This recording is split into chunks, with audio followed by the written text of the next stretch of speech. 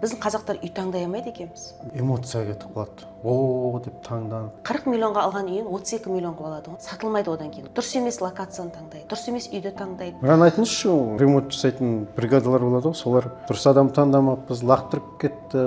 Өзің білмейтін болсаң, саған кез келген бригада сені Алдап кетеді. Қазір уже адамдардың санасы келе жатыр. Қазір адамдарда уже выбор бар. Бұрын выбор жоқ еді адамдар. Бұрын тұрып кеткен үй болсын, ескі үй болсын, ала беретін. Алматының өзінде қанша үйлер қазір тоқтап қалды, жылдап тұр, жұрттар ақшасын беріп қойған. Сондықтан бұл жерде бірінші үйдің документін, құжатын сұрауың керексіз. Бұған рұқсат бар ма үкіметтен? Жоқ па? Салынған ба? Қаншалықты салынған? Осын айтыңызшы. Оны залогтағы үйді алуда қорқады адамдар. Бірақ залогтағы үйдің бағасы арзан болуы мүмкін. Қазір флиппингке кіргісі келетін адам сонда не істеу керек? Қателік жібермеу жағынан.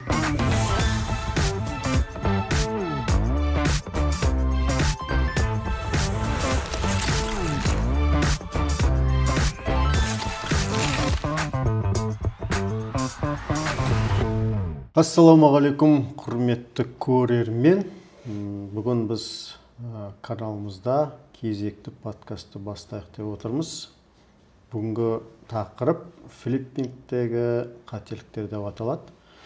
Қателік бұл адам өміріндегі ажырамас бөлігі есептеледі. Өмір болғаннан кейін адам бәр жерде қателік жіберіп жатады, артынан түзетіп жатады. Онда тұрған аса бір қатты қиналатын ештеңе жоқ. Бірақ біз бүгін осы флиппинг саласында Гүлнара ханыммен кезекті подкастымызды түсіріп жатырмыз. Қош келдіңіз, Гүлнара ханым. Қалай саламатсыз ба? Иә, бастайық. Флиппинг жайлы әңгіме айтып жүрміз ғой, жалпы подкасттарымыз соның айналасында. Енді осы флиппингтің айналасында қанша айтқанмен қателіктер кетіп жатады. Ең бірінші сұрағым, осы біз үй сатып алған кезде, пәтер сатып алған кезде адам қандай қателік жібереді? Мысалы, бірінші менің ойымша эмоция кетіп қалады. О деп таңданып, күшті екен, жақсы екен деп бас салып, сатып алып, жан-жағына қарамай, басқалардың ақылын тыңдамай деген сияқты. Сондай болып жатады.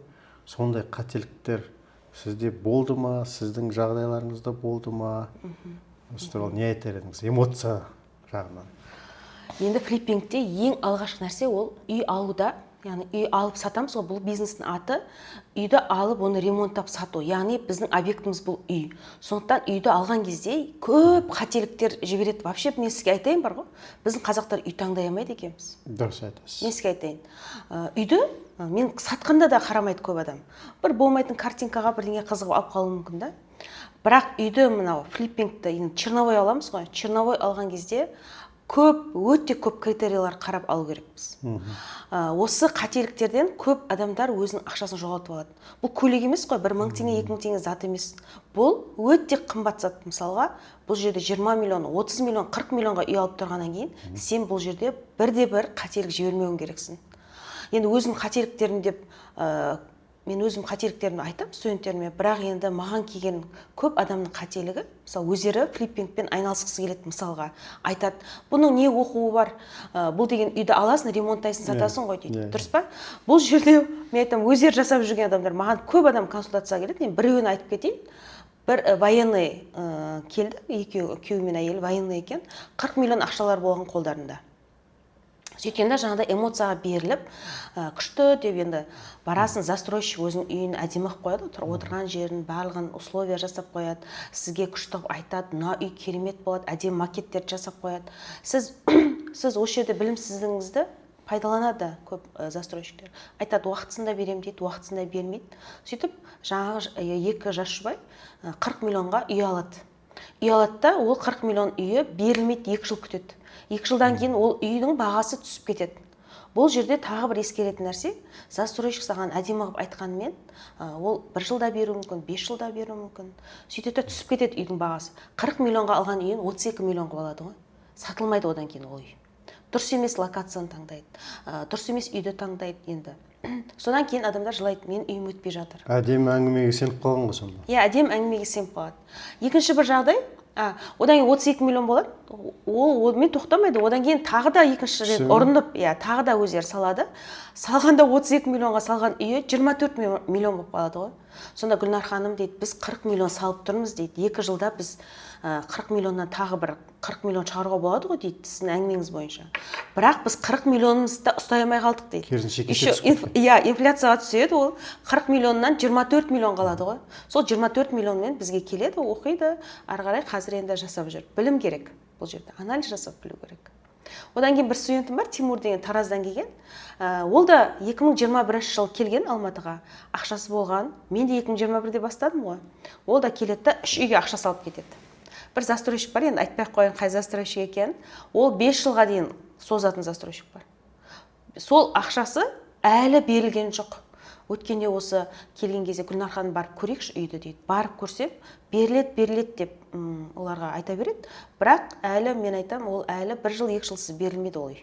Әлі жалбырап жатқан жұмыс істейтін жерлер көп. Яғни адам эмоцияға берілмей, тексеріп, эксперттерден ақыл кеңесі алып, сосын одан қалды туған туысқаны бар, жолдас жорасы бар, бәрінің ақылын тыңдап, өзі де пайымдап, өзінің ойымен сөйтіп барып алу керек қой. Бізде көбісі жаңағыдай неге беріліп кетеді ғой, сезімге беріліп кетеді. Сол эмоция. Сезімге берілмеу керек, бұл жерде есеп болу керек, сан болу керек. Дұрыс үйді таңдау керекпіз. Көп адамдар ақшасы болған кезде ешкім тыңдамай кететіндер бар, біздің қазақтарда бар. Сонда эмоцияға берілмеу үшін не істеу керек? Таза білім керек. Зерттеуің керексің, білім керек. Сен ол жерді, ол үйді қаншадан сатылып жатыр, қашан беріледі, қандай застройщик, сен барлығын зерттеп, ол салынып жатқан үй ма, барып көру керек. Ана жерде құрылыс крандары қаншалықты бар, жүріп жатыр ма, құрылыс жүріп жатқан жоқ па. Сен мына жерде отырып застройщикке келіп, әдемі саған кофе алдыңа беріп, саған жаңағы әдемі сөздерді айтып, әдемі менеджер ұнап қалуы мүмкін, саған әдемі тиімді бағаны ұсынуы мүмкін да. Айтады, бүгін бізде ертең қымбаттап жатыр, бүгін алуың керексің осы үйді. Немесе айтады, дәл осы үй бізде соңғы үй, мына үйдің барлығы сатылып кетті дейді. Бірақ қарасаң, әлі үйлері жартысы да өтпеген. Аз уақытта береміз дейді. Аз уақытта берем деп сізге көп нәрсені, көбісінің документі дұрыс болмауы да мүмкін бұл жерде. Үйлер беріледі, 1 жылдан кейін десе, 1 жылдан кейін беріледі, бірақ документ 2 жылдан кейін берілуі мүмкін. Сен ол үйді документ жоқ үйді сата алмайсың ғой. Осындай қателіктер болмауы мүмкін. Өте жақсы айтып өттіңіз. Енді үйді сатып алдық, енді жөндеу жұмыстарын ремонтты бастадық.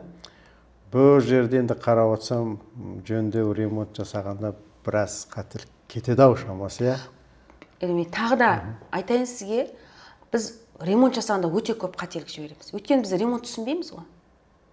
Сосын көп адамдардың ойында ремонт жасау өзі сондай бір ұзақ, қиын деген сияқты сондай ойларына кіргізіп алғанда өте ұзақ уақыт алады, ұзақ көп ақшаны алады, немесе жаңағыдай өзі ремонт деген өзі жақсы нәрсе емес, әуресі көп деген сияқты. Көп адам ремонт жасағысы келмейді, бірақ именно егер осы флиппингке келіп ремонт жасамай сатам дейтіндер де бар. Мысалға, ремонт жасамай да сатып жүруге болады. Бірақ енді қара үй кімге керек қазір? Онша ешкім сұраныста жоқ. Дайын үй керек. Сұраныста тек дайын үйлер, яғни ремонты, мебелі жасалған. Жасалған әдемі үйлер ғана сұраныста қазір рынокта. Бірақ осы жерде көп адамдар үйге дұрыс ремонт жасайды. Мен көп үйлерді аралап қарадым, сатылып жатқан үйлерді. Маған да көп келеді адамдар. Үйіміз жарты жыл болып тұрып қалғаны, 1 жыл болып тұрып қалған, неге өтпейді, қазір үй өтпейді деп жаңағы басқаны кінәлайды. Өзіне таппайды кінәні, басқаны кінәлайды. Сондықтан үйге ремонт жасаған кезде сен бұл жерде өзің білуің керексің. Қанша материал кететінін білуің керек, смета, үйге қалай планировка жасайсың, үйдің эргономикасы деген бар, яғни ыңғайлы етіп бұл үйдің ішін бөлуің керексің. Үйде әр розетканың да орны болу керек, әр нәрсенің биіктігі болу керек, төмен адамға ыңғайлы болу керек. Ол жерде сіз ремонт жасап кетесіз, ол жерде 50-60 жыл адам тұруы мүмкін сол ремонтпен. Жақсылап жасау керек. Сондықтан ремонт жасағанда өте көп қателіктер жібермеу керек.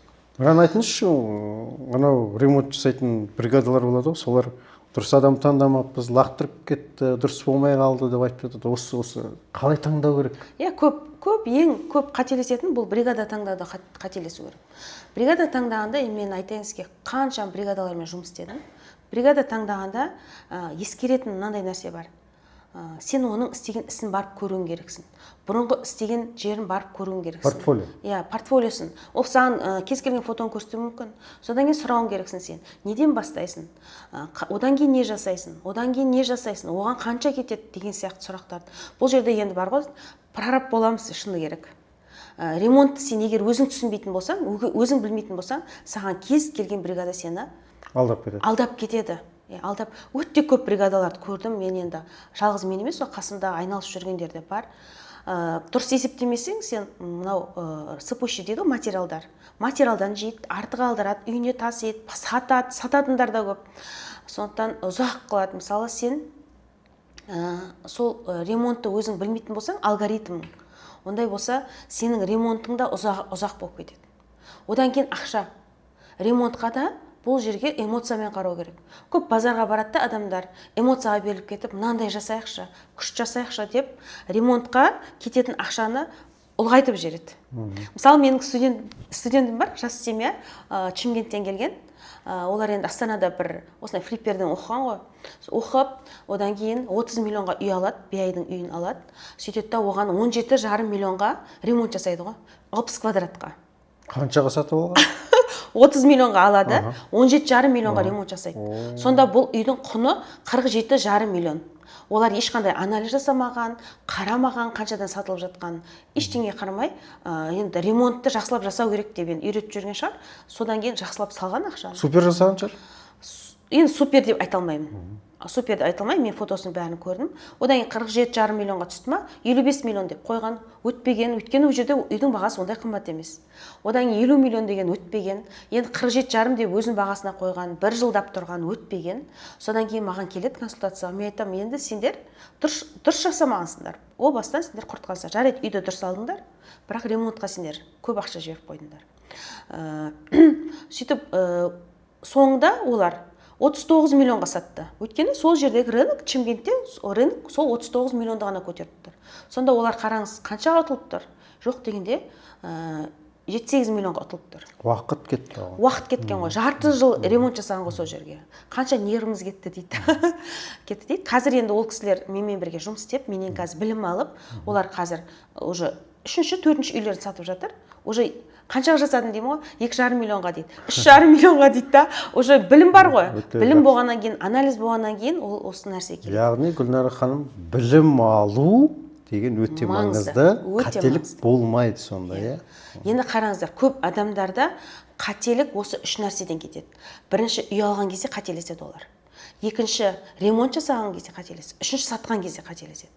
Егер осы 3 нәрседен қателеспесе, онда флиппингтен жақсы пайда таптым деп айта берсе болады. Мысалы қараңыз, үй алды, жақсы арзан алды. Мысалы ол BI-дің үйін жақсы 30 миллионға арзан алған шығар деп ойлаймын, білмеймін енді. Қымбатты ремонт жасап қойды. Жақсы сатуы да мүмкін, бірақ оның маржасы қалмайды. Немесе үйді о бастан дұрыс алмаған, бірінші қателігіміз, үйді дұрыс алмаған кезде оған арзан ремонт, жақсы ремонт жаса, жақсы бригада кездесін, барлығын есептеп отырып жаса, бірақ сен ең соңында сатқан кезде бәрібір бастапқында сен қате жібердің ғой, үйді қате жібердің. Сондықтан маржасы да осыған әсер етеді. Ремонт жасағанда байқамай бір бүлдіріп алып жатады, мысалы. Сондай жағдайлар кездесті ме, мысалы? Өте көп. Ол заңды нәрсе. Мен айтам, мен қанша үй жасадым, ремонт жасадым, 200-ден аса үйге ремонт жасадым ба, менің әр үйімнен, жасаған үйімнен, өзімнің қателігімнен сабақ алатын адаммын. Жалғыз мен емес, бүкіл флипперлер солай. Бірақ сол қателікті келесі жолы сен қайталамауың керексің. Қазір уже адамдардың санасы келе жатыр. Қазір адамдарда уже выбор бар. Бұрын выбор жоқ еді адамдар. Бұрын тұрып кеткен үй болсын, ескі үй болсын, ала беретін. Одан кейін біз енді ремонт жасап, Қазақстанға осы флиппингті алып келдік қой. Осы кезде мына ешкім тұрмаған, ремонт жасалған, мебелі барлығы бар десе, адамдар көріп қызығып ала беретін эмоцияға беріліп. Қазір кішкене выбор бар. Даже новый үйлердің өзінде, жаңа үйлердің өзінде де адамдар таңдайды. Мынау дұрыс екен ремонты, мынау дұрыс емес екен деп. Сондықтан мына бәсекелестікке шыдап беру керек адам. Әрқашан осындай дұрыс нәрсені пайдалануымыз керек. Өте жақсы, тамаша айтып өттіңіз. Осындай нәрселер барлығымыздың ойымызда болу керек. Үй сатып алмайтын қазақ жоқ. Оның ішінде жаңағы жөндеу ремонт жасамайтын да адам жоқ. Бұл бәрімізге керекті, маңызды ақпарат.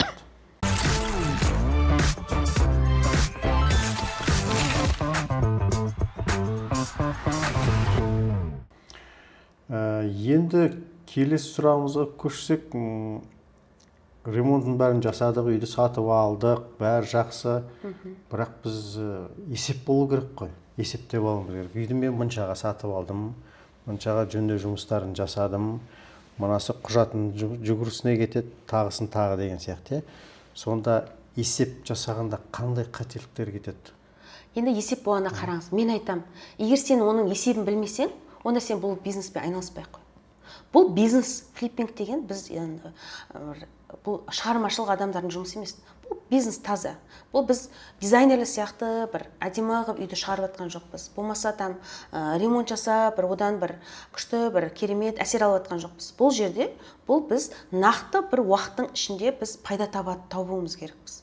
Сондықтан бұл жерде мен айтам, сен есебін білмейтін болсаң, сен бұл бизнеспен айналыспай қой. Жасамай-ақ та қой. Жалпы бизнес есепке негізделу керек. Иә, дұрыс айтасыз. Есеп и уақыт. Біреулер айтады маған, мен осы үйден осынша пайда көрдім дейді. Мақтанышпен айтады. Маған айтады, мен бір үйді алдым 30 миллионға, оны саттым, ремонттап 40 миллионға, мен 5 миллион теңге пайда таптым дейді. Тоқта деймін, қанша уақытта пайда таптыңыз? Қанша уақытта? Мен 1 жылдың ішінде таптым дейді. Ремонт жасадым 2 ай, саттым, іздедім 2 ай, саттым бір жарты жыл, одан кейін осынша пайда көрдім деп қуанып отырады. Ол ойлайды пайда деп. Мен айтам, ол саған пайда емес. 1 жылдың ішінде сен ол пайдаңды 12-ге бөл, 12 ай бар ғой, 12-ге бөл. Сондықтан флиппинг деген сөздің өзі тез алу сату деген сөз. Егер сен 1 ай емес сатуға 2 ай уақыт кетіретін болсаң, немесе ремонтқа да солай кетіретін болсаң, ұзақ уақыт кетіретін болсаң, онда сенің маржаң 2-ге 3-ге бөлінеді деген сөз. 2 ай кетсе 2-ге бөлінеді, 3 ай кетсе 3-ге бөлінеді деген сөз. Сосын тағы бір айтатын әңгімеңіз бар. Котлованнан сатылып алған кезде 1 жыл күтеді, 2 жыл күтеді, сөйтіп жүріп қалады деп. Ол да осыған келеді. Уақыттан ұтылу.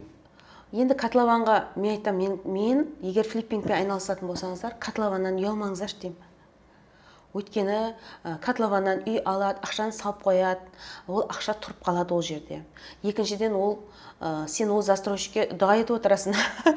Мына үй тезірек бітірсе екен, қалай болады екен деп. Содан кейін не бар ғой? Ожидание реальность деген болады. Сізде өте күшті көрсеткенмен ертең ондай болмауы мүмкін. Өте көп застройщиктер бізде осы жағынан қателеседі. Енді мен барлық застройщикті айтпаймын, бірақ бар арасында 5 жыл кешіктіретін бар.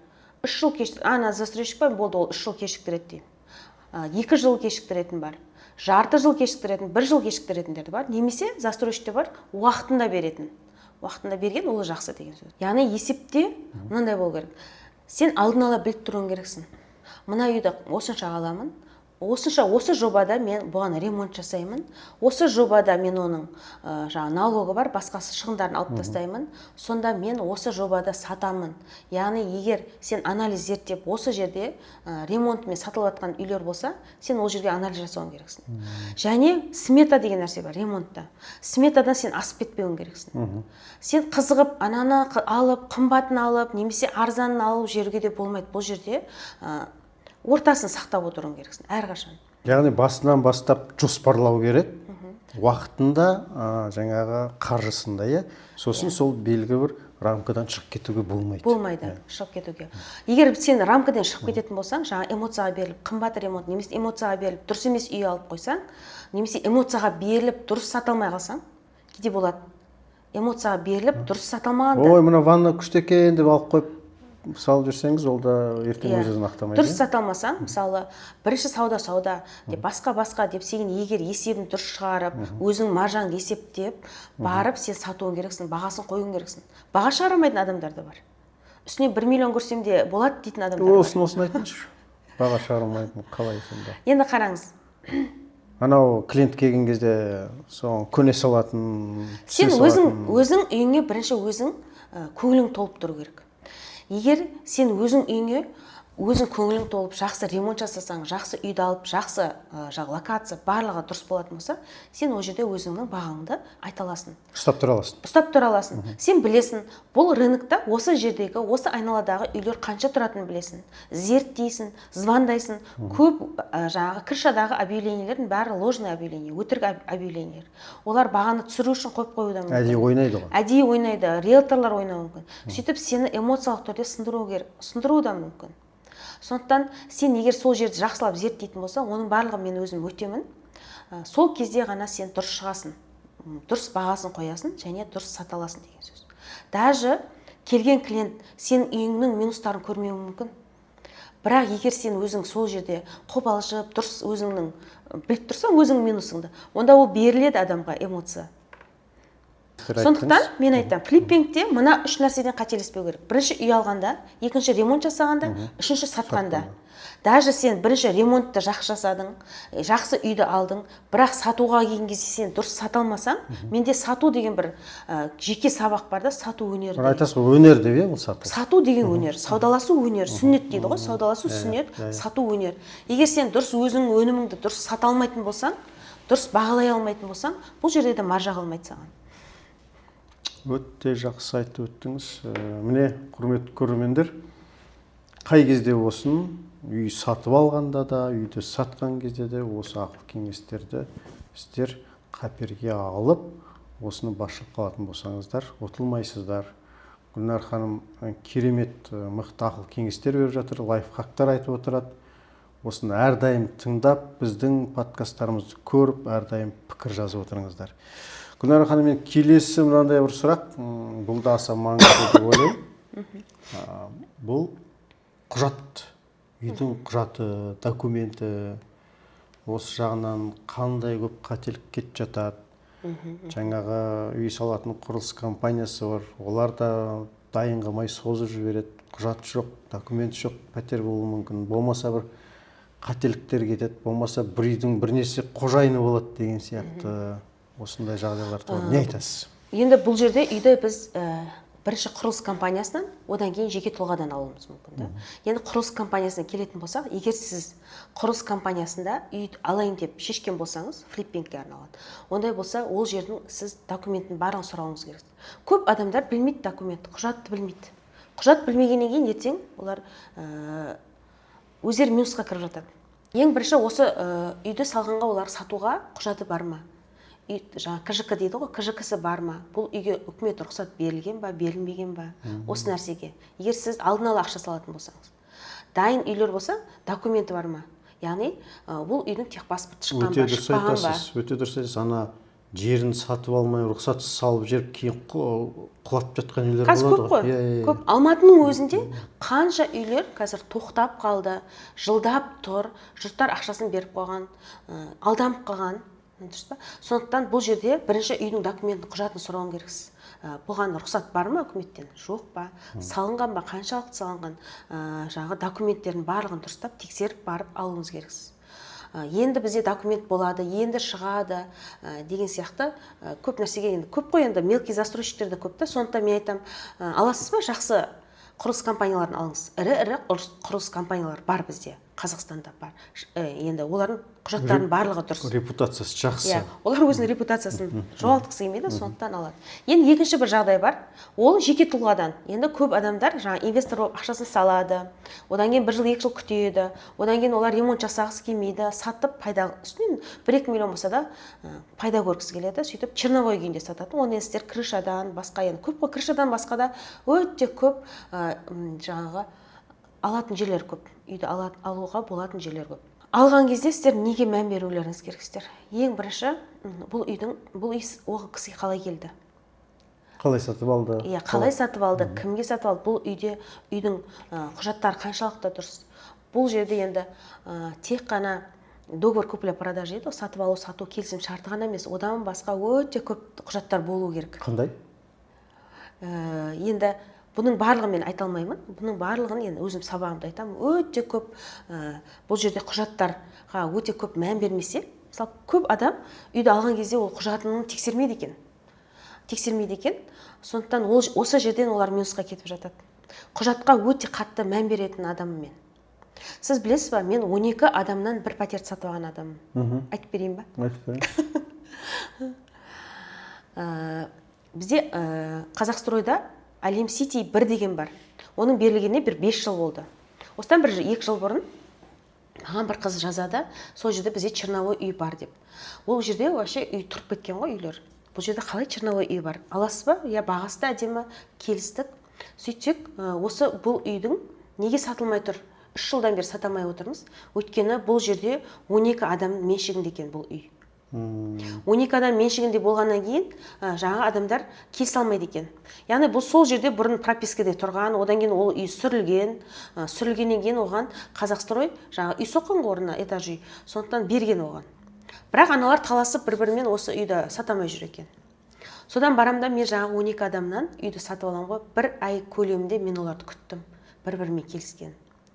Күттім, одан кейін нотариуске барған кезде 12 адам, оның ішінде 4-еуі қалғандарына жаңағы доверенность дейді ғой. Сондай сенім хат берген. Сонда 8 адамнан отырып мен сол бір үйді сатып алдым. Сатып алдым. Сонда ол туысқандар екен. Сонда бір үлкендеу кісі шығып маған айтып жатыр.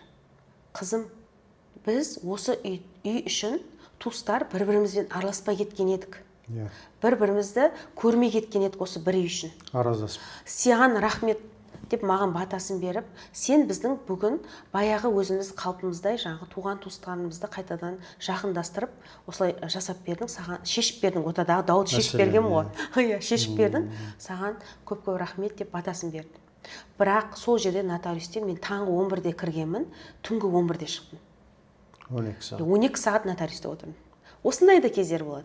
Көп адамдар залогтағы үйін сата алмай отырады. Ал мен жақсы көремін залогтағы үйді алғанда. Өйткені оны залогтағы үйді алуда қорқады адамдар. Бірақ залогтағы үйдің бағасы арзан болуы мүмкін. Залогтағы үйдің де алатын өзінің алгоритмі бар. Егер сол алгоритмді сен дұрыс қолдансаң, ондай болса қорықпауға болады. Біреудің залогында тұрған үй. Болады, ипотекасын төлей алмай қалатындар болады. Ремонт жасамақ түгіл ипотекасын жаба алмайды, ажырасып кететіндер болады. Немесе застройщикке барып 20%-ын құйып қояды да, ары қарай төлей алмай қалатындар бар. Осындай адамдардан біз проблеманы үйлерді аламыз, бірақ бұны алған кезде де құжаттарға өте көп мән береміз. Егер құжаты барлығы дұрыс болса, онда алуға болады деген сөз. Өте жақсы айттыңыз, кепілде тұрған үй, яғни бұл жерде бәрібір қанша айтқан, бұл жерде де жаңа айтып жүргенде риск нелер болады. Оны көп ашып айтсақ уақыт кетіп қалады. Осының бәрін жаңа сабағымда, курста айтып беремін дейсіз ғой, Осының барлығын үйретіп шығарам мен. Мысалы, енді басында айттым сізге, бұл үй деген, ол ойнайтын нәрсе емес, бұл бір костюм сатып алатқан жоқсыз, бір 100 мың теңгеге. Бұл айтып отырмын ғой, өте қымбат, 40-50 миллионға дейін салатын кезде, бұл жерде ешқандай қателік болмау керек. Егер бүгінгі көрермендер осы қателіктерден сабақ алса, соның өзінің біраз көз ашылады деген сөз, түсінеді деген сөз. Сондықтан маған алдыма келген кісілерде, мен жаңа айтып жатқан мысалдарда, олар сондай қателікпен келген адамдар. Егер істей бердім болса, істей бермей ма?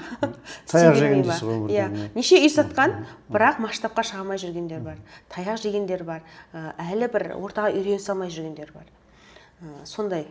Өте дұрыс айтасыз. Мен өткенде де сіз тренинг өткізгенде көрдім ғой, бәленбай 10-15 жылдап үй сатып жүргендер бар екен, келіп жатқандардың арасында. 10-15 жылдап үй сатып жатқандар бар, 20-30 үйлер сатқандар бар. Неге олар менің оқуыма келеді? Қателік бар. Өйткені олар әлі түсінбей жүрген бір қателік бар. Адам бір қателігін қайталай беруі де мүмкін. Бір қателік екенін білмеуі де мүмкін. Бірақ сол қателікті білесіз ба, қанша уақыт кететінін? Жылдап уақыт кетуі мүмкін. Бір қателігіңе сенің 1 жыл кетуі мүмкін. 1 жылда дегенде де аз уақыт емес, 10 жыл уақыт өтуі мүмкін. Қателік бұл уақыт деген сөз. Өте жақсы, тамаша ақыл кеңестер.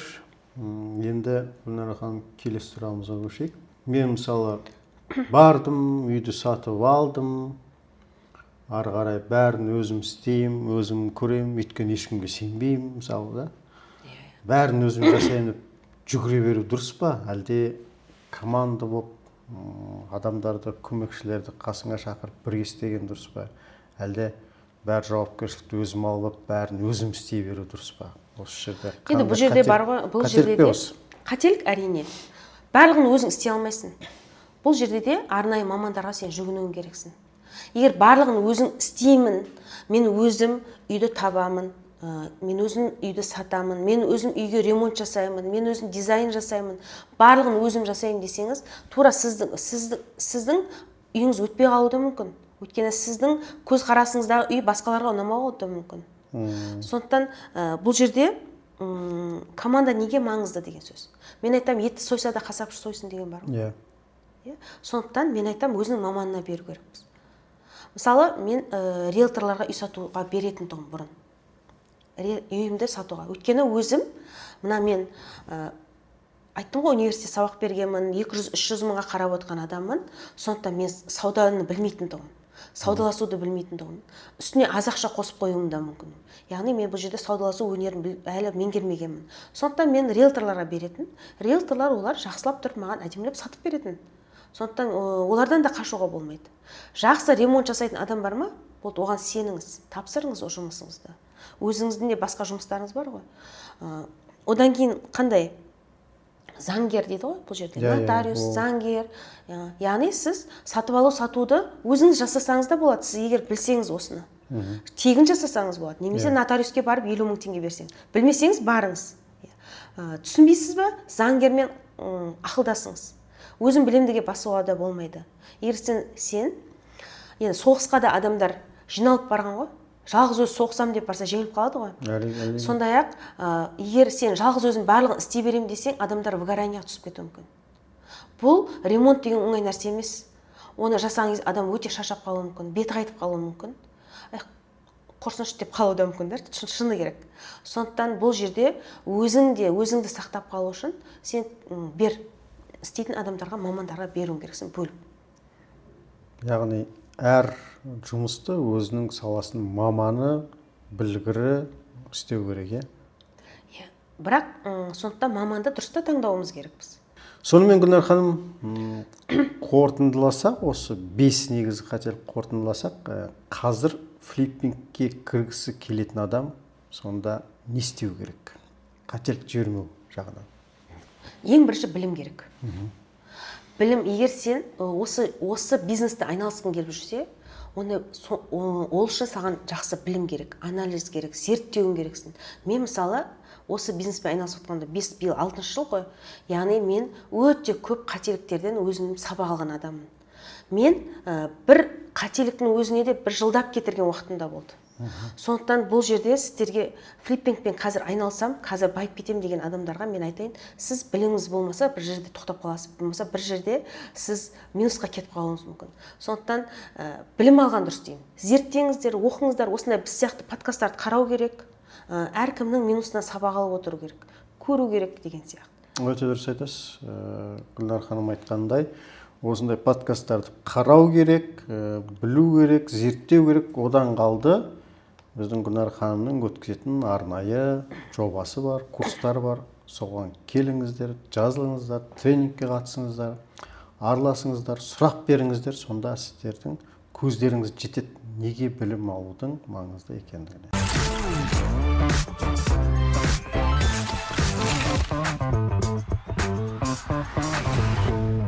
Енді біз подкастымыз соңында қысқа нұсқа білетсіз сұрақтарға көшейік. Мынандай қызық сұрақ бар. Сіз ит сатып жатсыз, бірақ клиент нені байқамай қалуы мүмкін, бірақ сезіп тұрады. Клиент көп нәрсені үй алатын кезде, клиент келеді үй қарауға, көп нәрсені байқамайды ол кісілер. Бірақ сезетін нәрсе бар. Егер сіз өзіңіздің үйіңізге өзіңіз сенімді болып тұрған жоқ болсаңыз, егер ол үйдің дұрыс ремонт жасалмаған болса, дұрыс бағасына, барлығына өзіңіз күмәнданып тұрсаңыз, онда ол бірден сезеді. Клиентті алдай алмайсыз. Клиент сезіп қояды. Ол ойланам деп кетіп қалуы мүмкін, созып жүруі мүмкін, нәтижесінде ол басқа үй алып кетуі мүмкін. Мынандай тағы бір қызық сұрақ бар екен. Осы жалпы флиппинг бизнесінде миллион теңгеге тұратын қандай ақыл кеңес бере аласыз? Миллион үнемдеп жүреді. Жаңа үй сатып алды, ремонтын жасады, енді сатып жатыр да. Енді қараңыз, бұл жерде саудаласу деген нәрсе миллиондап экономика. Сауда. Бұл сауда үйді алғанда да, сатқанда да. Егер сен дұрыс үйді саудаласып алмасаң, мен барып застройщиктерге барып саудаласам ғой. Маған осыны айтсам, таңғалады, қалай застройщикте бір өзінің бағасы бар ғой, қалай саудаласасың. Саудаласам мен. Мен кез келген үй сатып атқан адаммен де саудаласам. Егер сіз осы жерде сіз минусқа кететін болсаңыз, дұрыс саудаласа алмайтын болсаңыз, қазақтар біздің саудаласа алмаймыз, шыны керек. Дұрыс саудаласпасаңыз, немесе сіз керісінше үйді сатып атқан кезде саудасын дұрыс келтіре алмасаңыз, білмесеңіз, ол алатын адам ба, алмайтын адам ба, қандай оның белгілері бұл үйді алуға алғысы кеп тұрған көрсететінін білмейтін болсаңыз, онда ұтыласыз деген сөз, миллионнан. Яғни саудаласуда бір емес, тіпті бірнеше миллион үнемдеп қалуға болады. Иә. Осы флиппинг бизнесімен айналысып жүрген әйел адам ретінде айтты, қалай ойлайсыз? Әйелдерге осы айналысу қиын ба, оңай ма? Қаншалықты адам көп бар сіздің студенттердің арасында әйелдер? Әйелдер бар бізде, көп. Яғни өзім де жасап жүрмін ғой, мен де жалғыз басты әйелмін. Мен жалғыз өзім жасап жүрмін осы бизнес. Сондықтан мен айтамын, бұл керісінше әйелдерге бір артық уақыты бар, сондай бизнес. Артық уақыты бар, артық бала шағасымен, артық үймен айналысатын, артық уақыт өзімен айналысатын бар. Бұл таза бизнес деп айтамын әйелдерге. Бірақ енді бір жағынан енді отбасылы адамдарға да бұл жақсы бизнес. Мен айтам, бұл отбасын жақындастыратын, отбасын былай бір-біріне ұйымшыл ететін сондай бір бизнес деп айтам да. Балалар осы еңбекке баулайтын көмектесіп, көмектесетін. Мысалы, күйеу мен әйел келеді, бірге білім алады. Мен айтам, екеуіңізге бір тариф деймін. Екеуіңізге екі бөлек оқытпаймын, екеуіңізге бір бағамен келсеңіз болады. Екеуі келеді, күйеуі жақсы ремонт жасайды. Сантехника, электрика бәрін өлтіреді. Бірақ үйдің мынау дизайны, үйдің цветі, кухняның цветі дейікші, перденің цветтері ер адамдар ренжімеңіз, бірақ ер адамдар бұл жерге келгенде көп шатасады, білмейді. Талғам жоқ. Талғам жоқ бұл жерде. Ал сол кезде әйел адам келеді. Әйел адам келеді, мынау кафельдің түсі, стенаның түсі, мебель, хомстейдж, дизайн деп айтамыз ғой. Осы нәрсе әйел адамның бәрібір әлемі басқаша ғой, нәзік, сондықтан әдемі қылып жасап, сол кезде дайын үйді ұсынған кезде ол бір жағынан мықты үй болады, екінші жағынан әдемі үй болады, эстетикаға толы. Сондықтан ол кісілер айтам, сіздердің бизнестеріңіз жақсы жүретін бизнес, яғни семейный бизнес деп айтам да бұны. Енді тағы бір қызық сұрақ, үй сатылмай қалса не істейміз? Тығырықтан қалай шығамыз? Енді көп адамдар маған сұрағы осы, үйім сатылмай тұр, қалай бұны сатуға болады дейді. Мен өзімнің жаңағы отырам, прямой эфирлерде отырсам да, маған кеңес сұрап келсе де, адамдар осы сұрақты қояды, үйім сатылмай тұр. Егер осы үйім сатылса, мен флиппингпен айналысар едім, тағы да үймен айналысар едім деп. Содан кейін айтам, сізде мынандай қателіктер бар. Сіз маған жіберіңіз, қарайын үйіңіз. Сізде мынандай қателіктер бар. Давайте осы қателіктеріңізді жөндеңіз. Егер сатылмай жатса, келесі маған келіңіз деп. Сол қателіктерін жөндеп келген кезде біраз үй сатылып кетеді. Білесіз ба, менің практикамда мынандай нәрсе болды. Бір кісі айтады, менің бір жер үйім бар дейді. Осы Алматының төңірегінде жер үйім бар. Мен бірақ Алматыға көшкім келеді. Балаларымызға Алматыға кіріп шығу қиын болып жатыр дейді. Күнде 4 сағат әрі жүреміз, 4 сағат бері жүреміз. Енді осы үйімді сата алмай отыр. Бұл үйді бағасын 40 миллионға бергім келіп отыр дейді. Содан кейін мен айтам, жақсы, ондай болса сіз сабаққа қатыса беріңіз. Одан кейін көреміз. Одан кейін менің сату және сатып алу деген сабақтарым бар. Осы сабақтардан кейін маған звондап тұр ғой. Гүлнар ханым, мен оған дейін енді күнде сұраймын сабаққа келген сайын, не қылдыңыз десем, біреулер келді, көрді дейді, көрді дейді. Көреді, келеді, кетеді дейді. Бұл жерде сатудың өнерін білмейтін болсаңыз, онда сіз кете береді адамдар. Сол сату өнер деген сабақтан кейін маған звондап тұр ғой, Гүлнар ханым, мен үйімді 46 миллионға саттым деп. Көрдіңіз ба, қандай күшті. Сондықтан бұл жерде де білім керек. Сатылмай жатырса, сіз қарауыңыз керек. Кейбір үйлерге сіз ол жерден минуспен де шығуыңыз мүмкін. Бірақ сіз ол үйге жабысып отырмауыңыз керек жылдар бойы. Жарайды, бұл менің тәжірибем деп қабылдадым. Бұл жерде мен минусқа кіріп шықтым. Немесе 0 болып шықтым. Немесе пайдасы аз болып шықтым. Бірақ мынау неден кетті қателік? Сол қателік сізге ары қарай жүруіңізге ықпал ету керек. Қателігіңізден сабақ алуыңыз керексіз. Сол кезде келесі үйлеріңіз жақсы өтетін болады. Мына флиппинг бастап жатқан адамдар ең бірінші пәтерін алып ремонт жасап сатады ғой. Сол қаншалықты қауіпті, қаншалықты не бар? риск болады. Иә, дұрыс айтасыз. Енді қараңыз, бірінші үйімді өзім, ең бірінші Ақкенттегі үйімді алдым ғой. Ремонт дұрыс алмадым. Мен бірінші долгостройға түсіп қалдым. Бір жыл күттім ол үйді. Бір жылдан кейін дұрыс ремонт жасадым ба, жасамадым ба, ремонтта енді қыс айы болатын. Өте көп қиналдым. Нені қаяқтан алу керек, қалай жасау керек, білмедім. Бірақ осы үйді сатқаннан кейін үстінен 5 миллион теңге пайда тапқанда мен қуанып кеттім. Сонда мен былай айтамын. Бірінші үйіңіз ол сіздің тәжірибеңіз, қорықпау керексіз. Екінші үйіңіз ғана сіздің бұл қойған жүйеңіз. Значит, былай дұрыс екен, осы жүйемен жасау керек екен. Үшінші жасаған үйіңіз ғана сіздің бұл мүмкіндігіңіз деген сөз. Яғни сіз үшінші үйді бітіріп сатып атсаңыз, флиппингпен айналысып жатырмын деген сөз. Пайда көріп жатсаңыз, солай. Енді ең алғашқы үй ол әрине қорқыныш. Қорқасын, ұйықтай алмайтын да күндер болады. Сондықтан мен өзім студенттеріме бірінші үйді алған кезде, бірінші үйді алғаннан бастап, цикл дейміз да, бір үйді алғаннан бастап, оған ремонт жасап, соңғы сатқанға дейінгі уақытта цикл деп айтамыз. Бір цикл мен студенттерім қасында жүремін. Яғни олар менімен бірге келісіп отырып үйді алады, саудаласып алады. Одан кейін келісіп отырып ремонт жасаймыз, бригада таңдаймыз, ремонтын жасаймыз, проектісін жасаймыз деген сияқты. Келісіп отырып сатамыз ең соңында. Дұрыс сатпаса да қиын. Сондықтан келісіп отырып сатамыз, яғни одан кейін барып адам түсініп шығады. Яғни менің теорияда берген білімімді бұлар практикада өз көздерімен көріп, денесімен сезініп шығады. Сол кезде мен айтамын, болды, ары қарай қорықпай жасай берсеңіздер болады. Яғни сіздің курсқа келгеннен бастап, ең соңғы бір циклды бітіріп, қалтасы ақшасына пайдасы түскенге дейін қасында жүремін дейсіз. Қасында жүремін, иә. Өте күшті. Сонымен бүгінге подкастымызды тамамдасақ, біраз күшті ақыл кеңестер айтылды. Қателіктерді қалай қайталамау керек, қалай жасамау керек деген мәселелер айтылды. Біз бұл подкастпен тоқтап қалмаймыз. Сұрақтарыңыз болатын болса, осы қателік жайлы, осы ақыл кеңестер жайлы болса, бізге сұрақтарыңызды қалдырыңыздар, пікір жазыңыздар, лайкты басыңыздар, және келесі подкасттарды жібермей, біздің тұрақты көрермен болып, бізге жазылып, бізбен араласып болып тұрсаңыздар, сіздерге де құрметті көрермендер, пайда шаш етектен болады. Әр қазағым үйлі болсын, әр қазағым күйлі болсын.